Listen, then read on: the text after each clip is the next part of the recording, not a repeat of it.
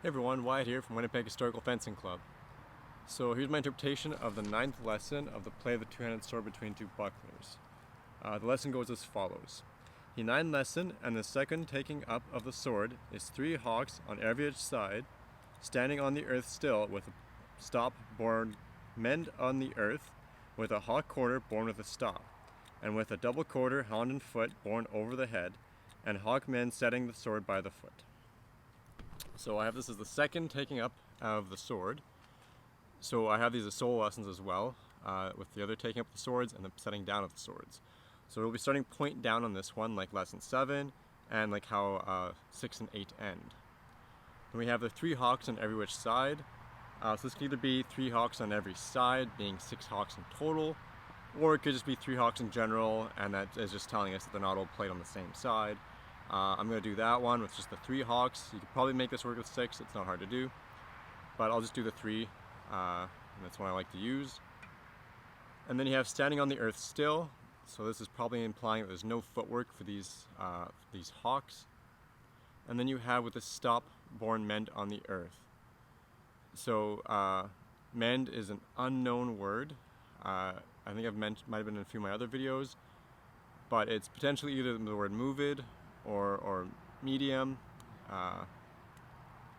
Here it doesn't matter too much. I think it's just kind of saying basically we're going to do a step here. So I'll show that. We're going to start with the point down, 3 hawks standing still, and we're going to finish that with a step.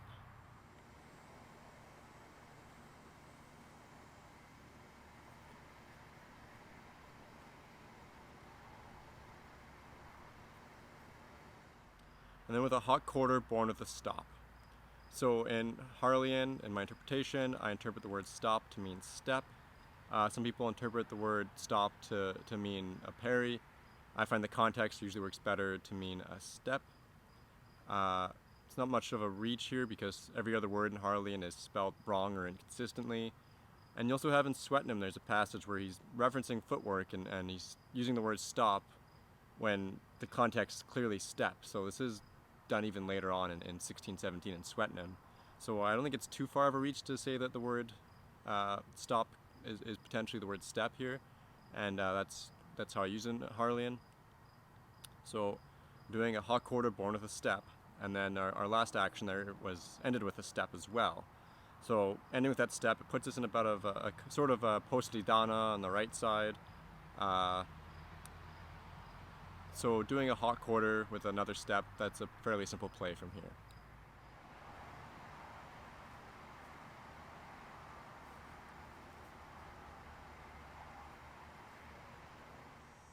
And with a double quarter hand and foot borne over the head.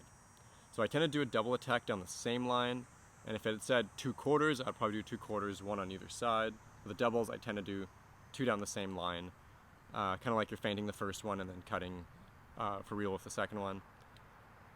So I'm going to do 2 quarters down the same line, and then you have the line hand and foot borne over the head, and that's kind of a weird one.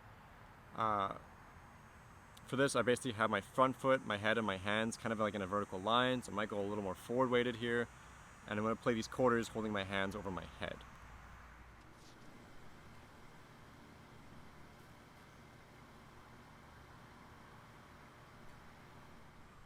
And then we have a hawk menyd. So again, that's that move it or medium kind of deal. We don't really know what exactly the word is implying.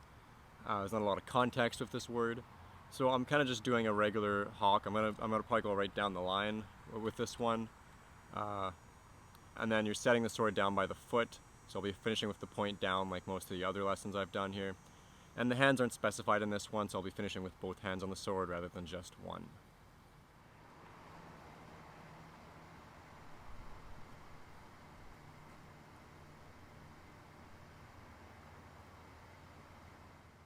And then we'll just throw it all together.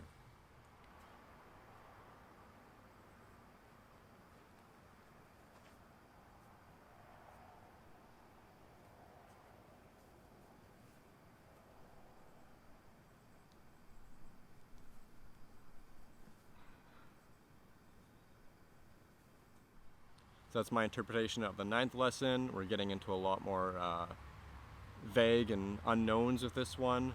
If anyone's got any other interesting interpretations, please comment and share. I'd love to see them. Hope you enjoyed. Thanks for watching.